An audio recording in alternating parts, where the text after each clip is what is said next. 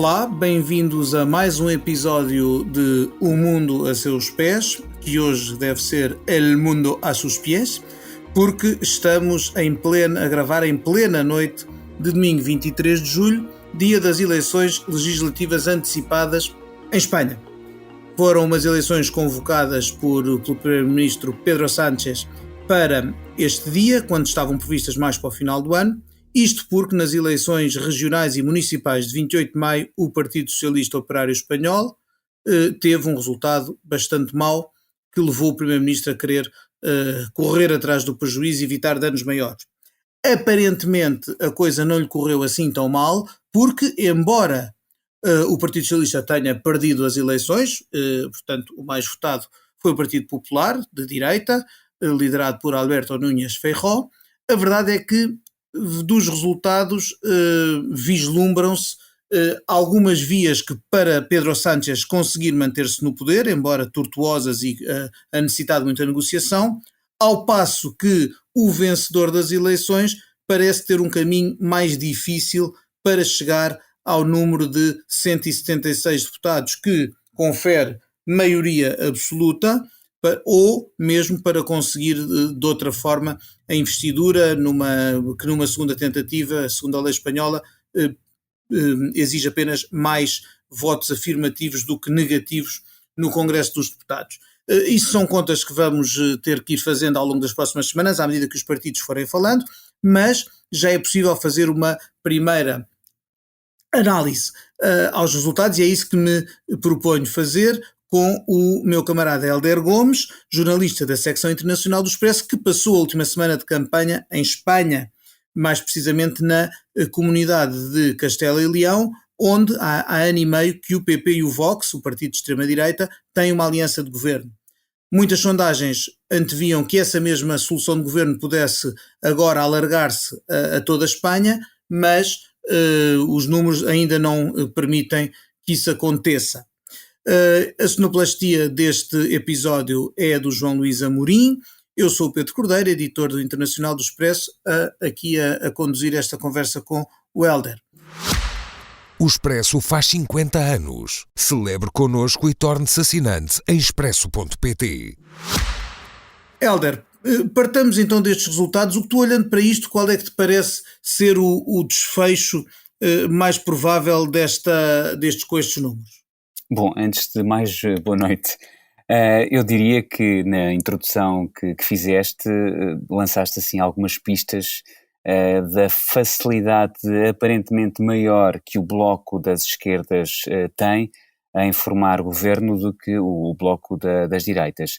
Nós assistimos a uma campanha bastante feia, eu diria, por parte do parceiro de coligação do PP, portanto do Vox, em que apesar de, como dizias, estar a governar há quase ano e meio numa comunidade autónoma que é, aliás, a maior de Espanha, e também na sequência das eleições de 28 de maio, regionais e autónomas, a verdade é que dilatou aí a sua presença governativa ao nível mais local e regional.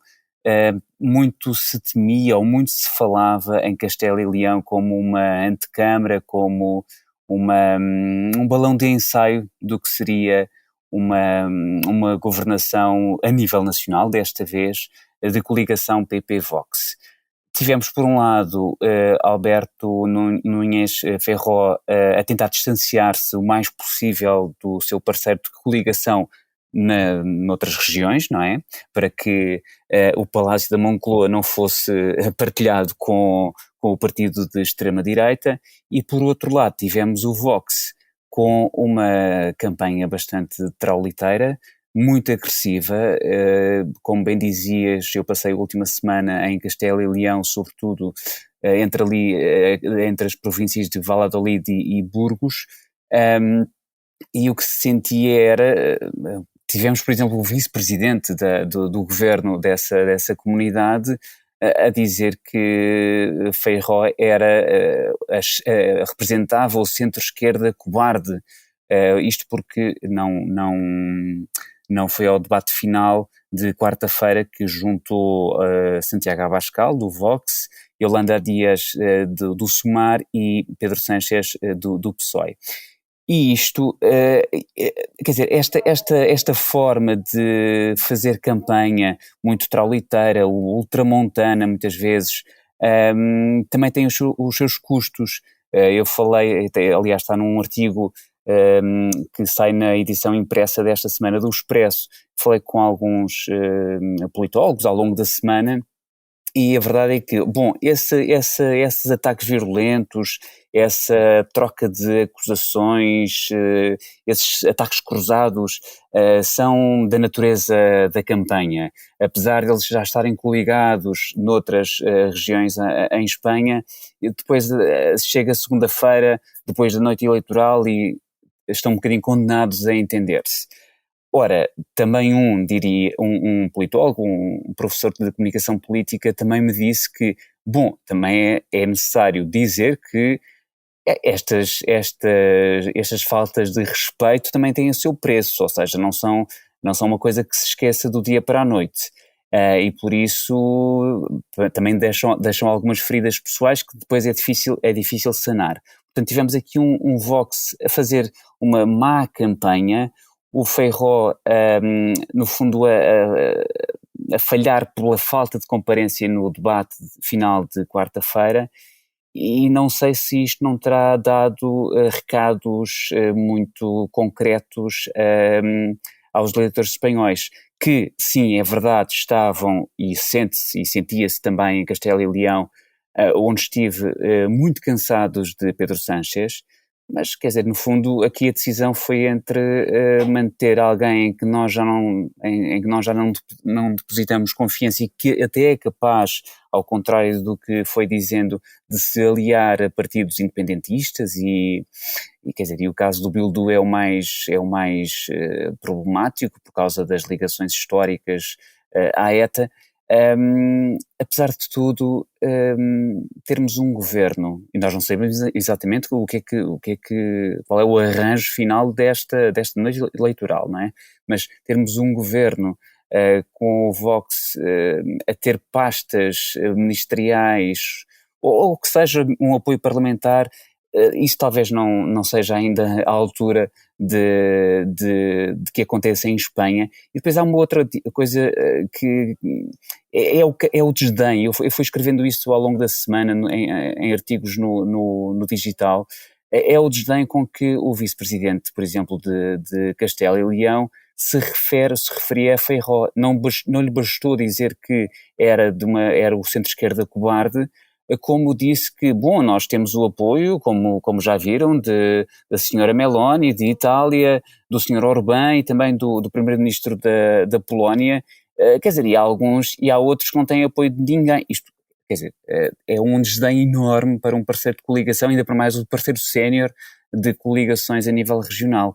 Portanto, a esquerda não, a direita estava aqui muito fratricida, e portanto isto poderá ter sido, estes resultados que nós temos perante nós, poderá ter sido um bocadinho o reflexo de uma direita desorientada que governa junta, mas depois diz cobras e lagartos, e olha, diz, como nós comentávamos ao longo da semana,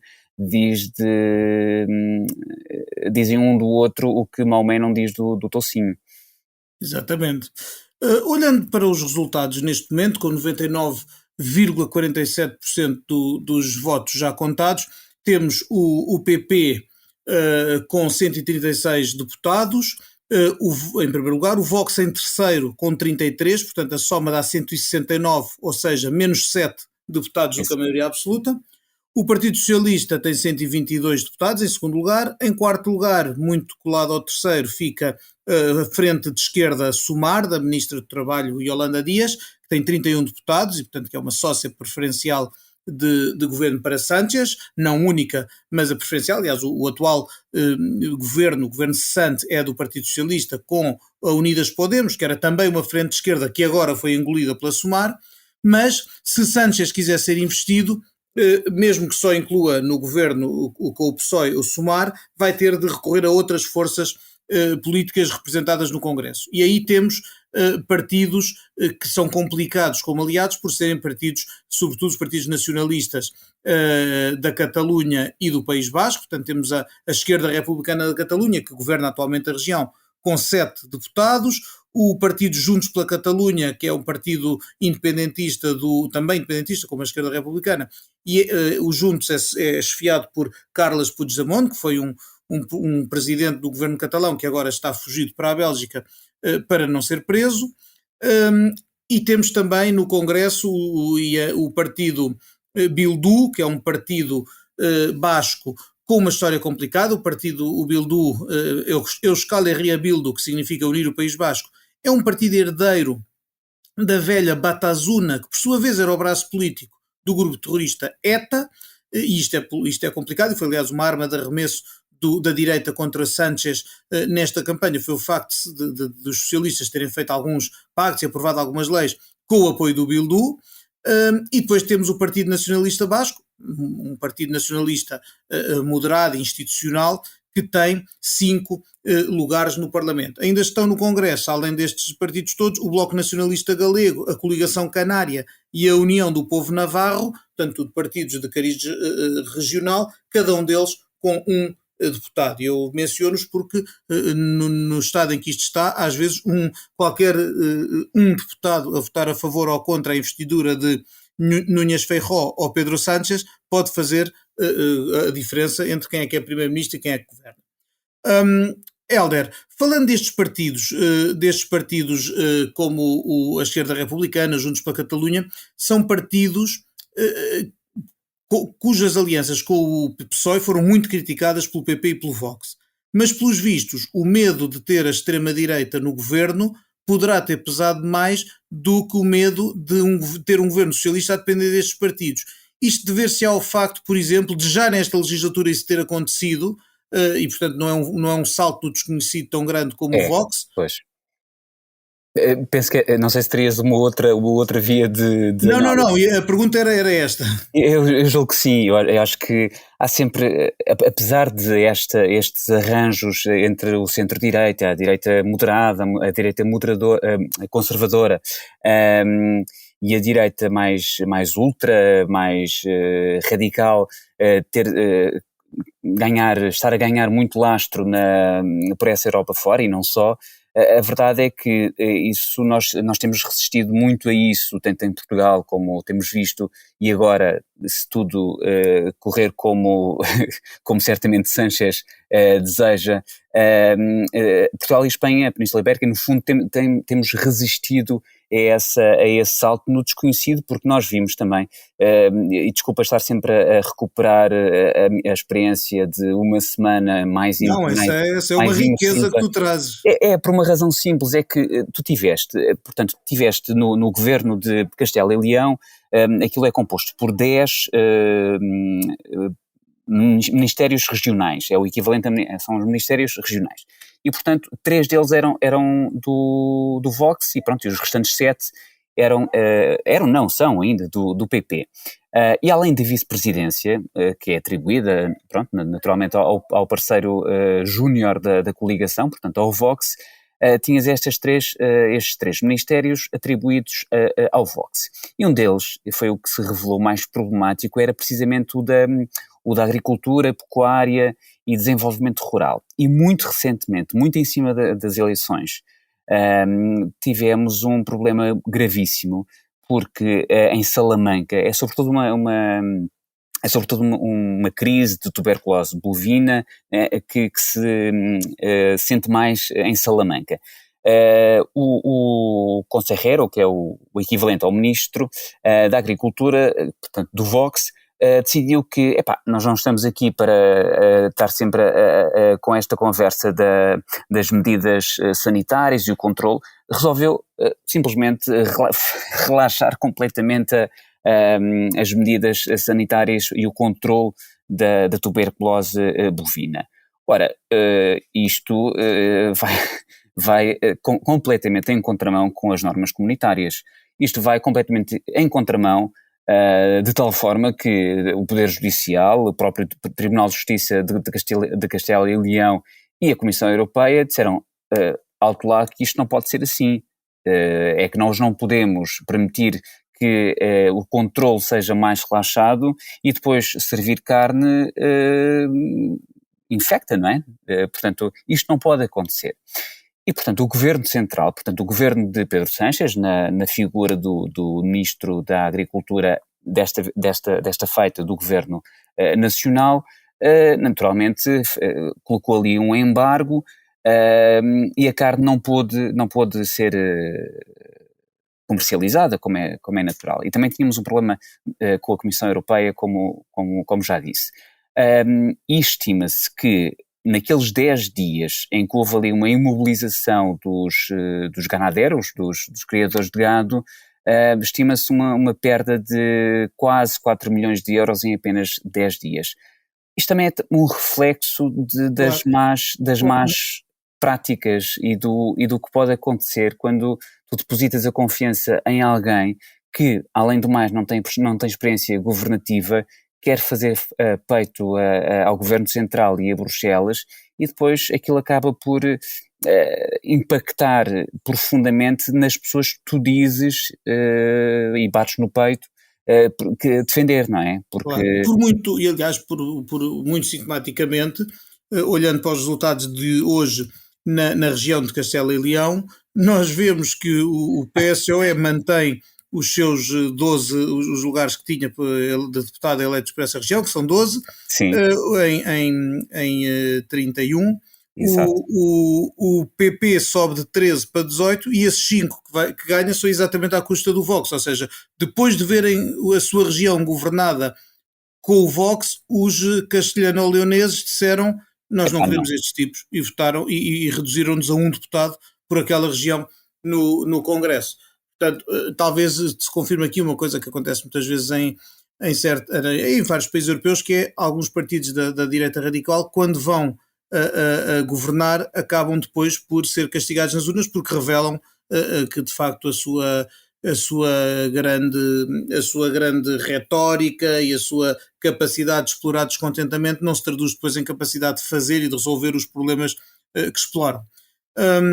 Enfim, continuando aqui a explorar os resultados, eu acho que há aqui alguém que tem que ser de facto aqui destacado, que é Pedro Sánchez, pela sua resistência. Não houve uma sondagem que previsse que o PSOE ia subir, apesar de não ganhar as eleições, ia subir em número de votos, em número de deputados e ter sequer uma via para formar governo. Eu julgo que a generalidade dos estudos de opinião aqui fracassou redondamente. Claro que está que durante a última semana estava proibida por lei a publicação de estudos, portanto pode ter havido umas tendências de última hora que não se tenham captado, mas de qualquer maneira eram quase nenhuma sondagem previa um cenário em que o PP e o Vox não somassem a maioria.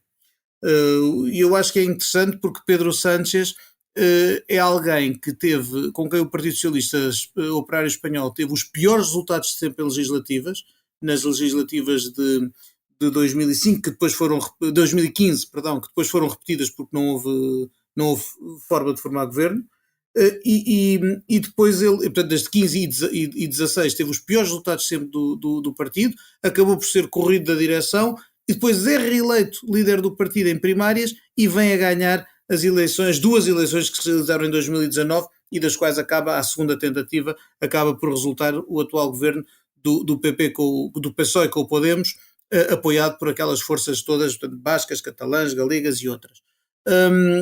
Enfim, agora é uma equação mais difícil. E deixa-me só introduzir mais um dado, que é, ainda para mais, nestas eleições que Pedro Sánchez resolveu antecipar, portanto, estavam previstas para o final do ano e resolveu antecipá-las para hoje, 23 de julho,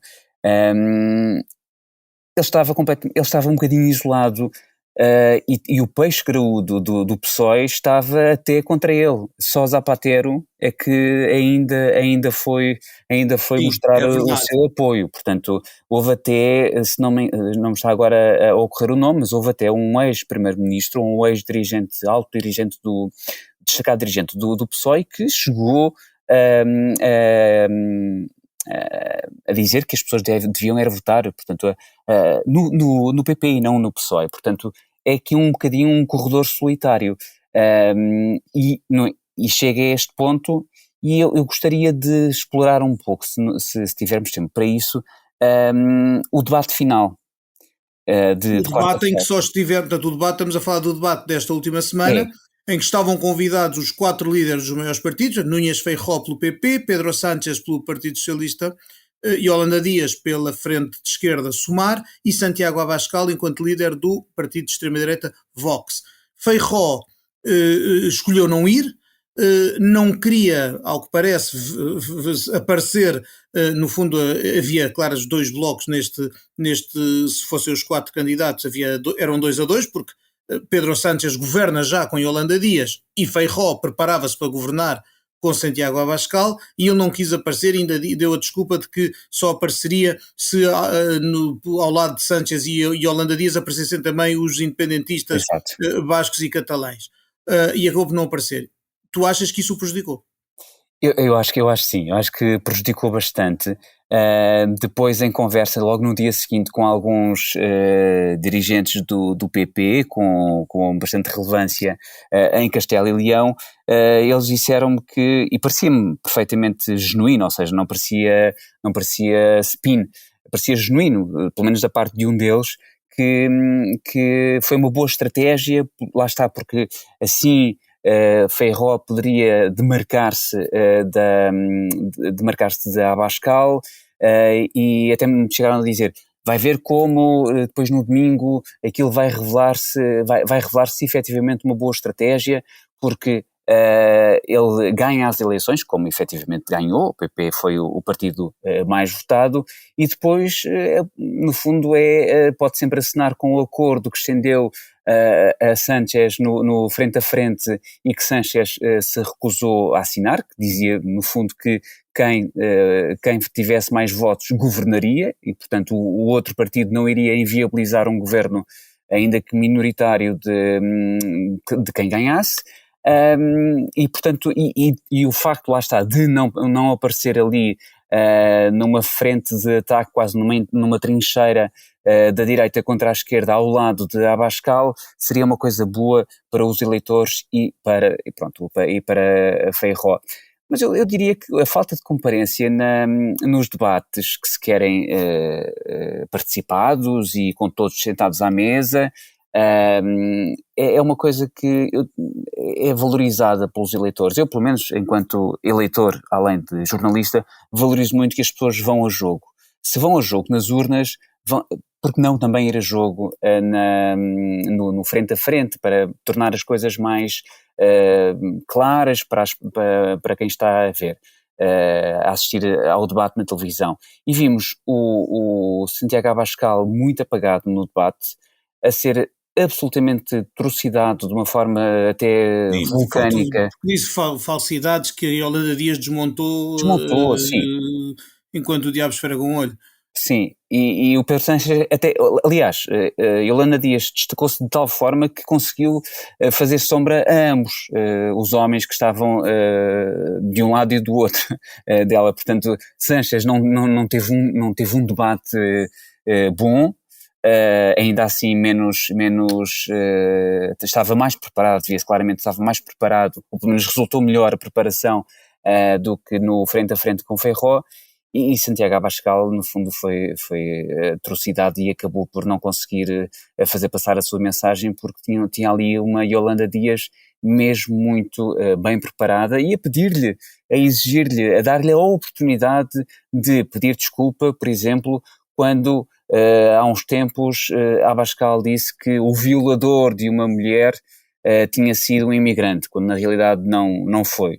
E ele acabou por não pedir desculpa. Eu acho que estas coisas, apesar das tensões todas que a imigração possa gerar nas pessoas, não ter a humildade de pedir desculpa quando tem ali a oportunidade, isto também é capaz de pesar na hora de pôr o voto na urna.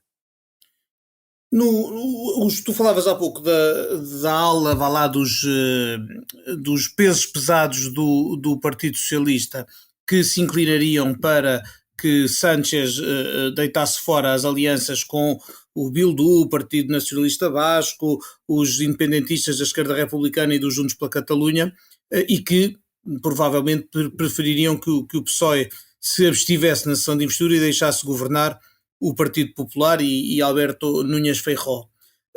Esses são os mesmos que incluem pesos pesados, como Felipe González, que foi primeiro-ministro entre 1982 e 96, o seu vice de então, Alfonso Guerra, alguns dos presidentes ou ex-presidentes de regiões importantes e que são feudos de votos importantes do Partido Socialista, mas a verdade é que este resultado dá-lhes muito menos espaço para isso. Estariam prontos agora provavelmente para tomar o partido e arranjar uma candidatura forte à liderança, caso a derrota fizesse cair Pedro Sánchez, mas a verdade é que essa ala, que continua a existir e que terá uma palavra a dizer nas negociações que agora se avizinham, estará agora com muito menos capacidade, apesar da sua figura mais importante ser alguém do peso de Felipe González. Sim, sabes que naturalmente quando vês sondagem após sondagem a dizer que a única dúvida, a grande dúvida era se o PP tinha uma votação dilatada o suficiente para prescindir do Vox. Isso não acontecia em nenhuma delas, ou quer dizer, a narrativa era sempre que, ok, sim, um governo de direita, mas um governo de coligação entre a direita conservadora, a direita mais tradicional e a ultradireita do Vox. E, portanto, quer dizer, a certidão de óbito de Pedro Sánchez, óbito político, claro, estava passada há algum tempo. Eles estavam, muitos desses socialistas de proa e tantos outros, porque é verdade que se sentia também em algumas ruas por onde eu andei, uma vontade muito grande de despachar, de varrer, de revogar o sanchismo. Mas é assim, ele mostrou mais uma vez, se calhar não tanto por mérito próprio, porque ele cometeu alguns erros, sendo que um dos grandes erros até para a história do PSOE foram essas alianças mal explicadas e que levam sempre os comentadores e até as pessoas, até o cidadão comum a pensar que, bom, ele só faz estas alianças porque quer poder. Portanto, há aqui uma dose muito grande de narcisismo, de manutenção no poder custe o que custar, mesmo que isso venha atrair a natureza do partido que chefia naquela altura, porque temos sempre de nos lembrar que um secretário-geral ou um presidente de um partido quer dizer, é uma coisa de turno, em democracias pelo menos, é uma coisa de turno e, portanto, há uma história que tem de se respeitar, de certa forma, e há também um futuro que tem de se, para o qual tem de se olhar. E o futuro faz necessariamente não só do passado acumulado, mas também das decisões do presente e, portanto, muitas dessas figuras gradas do PSOE não gostam da forma ou do partido em que Sánchez transformou o PSOE. Portanto, e neste momento temos também mais um prego no caixão adiado de Sánchez, que é estar, no fundo, a depender poder depender dos Juntos pela Catalunha, cuja candidata, Míriam Nogueras, disse nesta noite eleitoral bastante sorridente que, bom, não fará de Pedro Sánchez novamente primeiro-ministro a troco de nada. Portanto, nós teremos de ver aqui o que é que o partido de Puigdemont, que anda a salto, não é, para não ser preso, vai exigir para contribuir para a investidura potencial de Pedro Sánchez. Portanto, a traição para alguns do ADN político do PSOE não terá acabado.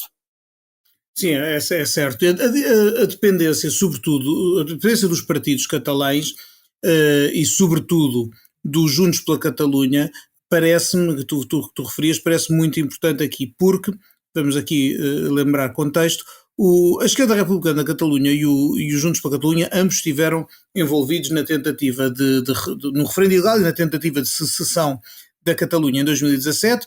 Ambos tiveram dirigentes que foram julgados e cumpriram pena, outros fugiram para o estrangeiro, e aqui está uma das partes mais importantes disto. O então líder dos Juntos pela Catalunha e ainda líder, embora não seja nestas eleições, ainda é quem orienta o partido, embora tenha fugido para a Bélgica, é Carles Puigdemont, já que o referimos, o antigo presidente do governo regional catalão, que não foi julgado nem cumpriu pena, mas que, se puser um pé em Espanha, é imediatamente preso. Uhum.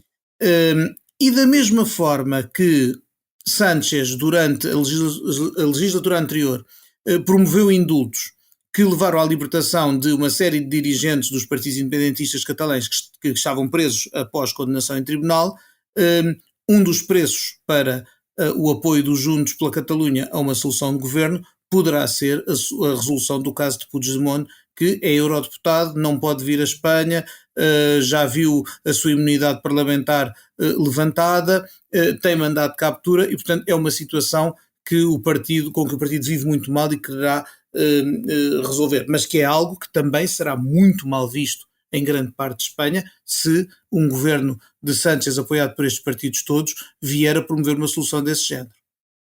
Sim, e já agora, pergunto, nesse cenário, se houver um indulto, se houver algo do género relativamente a Puigdemont, isso significa que a bolsa eleitoral para futuras eleições, e quer dizer, os espanhóis também estão um bocadinho fartos de eleições, mas isso poderá fazer engordar a bolsa eleitoral do PP, ou também poderá contribuir para uma recuperação da hecatombe a que assistimos este domingo do Vox? Eu julgo que o Vox poderá ter atingido o seu teto e estar em queda porque foi testado na governação. Também é verdade que por um lado fez uma campanha muito má, por outro lado a expectativa de vitória do PP pode ter puxado ao voto útil, levando algum eleitorado que votou Vox há 4 anos a deslocar-se agora para o PP, para que o PP ficasse claramente à frente de Sánchez, coisa que mesmo assim não aconteceu, e portanto julgo que isto pode ser há várias regiões onde o Vox perde, e ainda há umas em que nunca conseguiu, como a Galiza, ou o País Basco, onde não tem representação no Congresso, e julgo que isto foi foi o que aconteceu hoje, uma grande paulada no Vox, embora não se possa descartar um partido que tem presença em alguns governos regionais, como disse, no Castelo e Leão correu-lhe mal, mas continua no governo com o PP e agora estará também pelo menos nos governos da Extremadura, nas Ilhas Baleares, desculpa? Comunidade Valenciana. Na Comunidade Valenciana estará no governo, nas Ilhas Baleares e em Aragão pode ser um apoio decisivo para o PP governar e, portanto, é um partido que tem poder, é um partido que, ao contrário, por exemplo, do seu congénero português, Chega, não é um partido de um homem só e é um partido com implantação territorial, coisa que tem quadros, claro, não tem. Chega não tem. Chega foi fazer aquele número a Madrid. Sim, foi uma triste viagem de André Ventura para se pôr ao lado de colar-se ali a alguém que acaba por ser um dos maiores derrotados desta noite. Claro. O que também é ótimo, porque há muita gente sempre sofre em fazer esta ponte ibérica entre Lisboa e Madrid, e a verdade é que está aqui uma boa lição para se tirar. Há aqui uma série de lições para muita gente. Isto, claro, se de facto for resultar daqui um governo de esquerda e não de direita, porque ainda assim há muita coisa que pode acontecer, mas há de facto muitas eleições a tirar, e se as pessoas insistem em fazer quase este papel químico entre a realidade portuguesa e a realidade espanhola, para já há essa questão do Chega ser completamente amador face à máquina que o Vox já é, e já é há alguns anos. Eu ouvi ainda esta semana Miguel Pinto Luz, que é um dos vice-presidentes do PSD, a instar António Costa a olhar para este lado, para a Espanha, porque no fundo o que fazia Pinto Luz era elogiar muito Feijóo pela clareza ao passar aquele acordo para que Sánchez assinasse. E dizer que, bom, se nós queremos de facto afastar os extremos, temos de ser capazes de, no fundo, assinar este tipo de documentos. Não sei, há uma série de lições que certamente sairão desta noite. Umas melhores, outras piores, dependendo da pessoa que as recebe, mas há leituras muito interessantes. Sim, é verdade que também se nota nestas eleições algum reforço, curiosamente, dos partidos do centro, ou seja, dos dois grandes partidos. A soma de PP e PSOE é bem mais alta do que foi nas últimas eleições. Portanto, há não só um voto útil, há talvez alguma fuga dos partidos mais de extremos. Os nacionalistas bascos, catalães, etc., perdem peso. Portanto, é engraçado porque quando se fala há muito tempo na Europa de perda dos partidos centrais, aqui não foi bem o caso, e talvez isso dê força àqueles que acham que para tirar força aos extremos seria importante os partidos que estão ao centro e que provavelmente têm muito mais programa em comum do que com essas outras forças mais marginais, deviam apostar mais em acordos, em menor polarização. Ora, se há coisa que tem caracterizado a política espanhola nos últimos, que eu me lembro, pelo menos 20 anos, é uma polarização crescente. Sim, de um lado e do outro, ou seja, e com consequências, lá está, para a identidade dos partidos do centrão, podemos também aplicar aqui na realidade espanhola, contaminados pelos partidos à sua esquerda e à sua direita, dependendo do caso. Também há esse grau de contaminação muito, muito grande. E há muitas vezes, porque estão ali a disputar um eleitorado meio pendular, que ora até é capaz de ser mais moderado nos assuntos e mais radical no outro, vai andar ali. Eles tentam explorar esse eleitorado, mas esquecem-se no fundo que esse eleitorado é ele próprio também permeável à forma como os partidos também mudam, degeneram até, e portanto essa também é um bom ponto de vista. É importante explorar também a forma como os partidos ditos mais moderados, europeístas, que não estão de costas voltadas para Bruxelas, por exemplo, como é que eles lidam com os parceiros mais à esquerda ou mais à direita, que os puxam para os extremos. E se calhar as pessoas, apesar daquilo que nós vamos vendo na espuma dos dias da política e das campanhas eleitorais e dos programas recaustados para efeitos puramente eleitoralistas, se calhar essas pessoas se calhar não são assim tão imoderadas, não são assim tão, os eleitores, digo eu, não são assim tão extremistas como às vezes, eu gosto de acreditar nisto, não sei se será verdade ou não, mas pode haver ali um movimento, pode haver ali a tentação de, para nós conseguirmos ir mais ao eleitorado do Vox, temos de nos comportar um bocadinho mais como eles. E também no caso do PSOE, e isso pode ser de facto um problema, e pode isto significar que, lá está, há um reforço dos partidos do centro, porque lá está, esta solução PP-Vox a nível nacional não tinha sido testada, e não quiseram os espanhóis dar um passo no desconhecido, como dizias logo no início do podcast. Finalmente, e porque o nosso tempo já está a acabar, acho que era importante falarmos daquele que, apesar de tudo, é o mais votado nestas eleições, que é Alberto Núñez Feijóo. É um homem que vem da Galiza, foi presidente do governo galego durante 13 anos e orgulha-se de, durante esse tempo, não ter havido a subida do Vox, e o Vox continua sem ter representação parlamentar no Congresso, eleita pela Galiza. E é chamado, o ano passado é chamado para liderar o PP quase como um Dom Sebastião, quando se desmorona a desgraçada liderança de Pablo Casado, que foi uma coisa lamentável para o PP. Pablo Casado, que era next big thing, era Sim, quando apareceu era outro Dom Sebastião, depois, era. depois de Mariano Rajoy ter sido destronado pela moção de censura de Pedro Sánchez. Mas realmente, que Casado foi uma desilusão. Ayuso é a eterna promessa, a presidente da região de Madrid, mas por enquanto está Feijóo, e também diria que estas eleições dificilmente, não sei se estás de acordo, porão o lugar dele em causa, mesmo que não consiga formar governo. Sim, acho que não põe o lugar em causa. Houve até uma tentativa de recuperar uma história antiga que já remonta aos anos 90, em que ele aparece ao lado de um narcotraficante colombiano.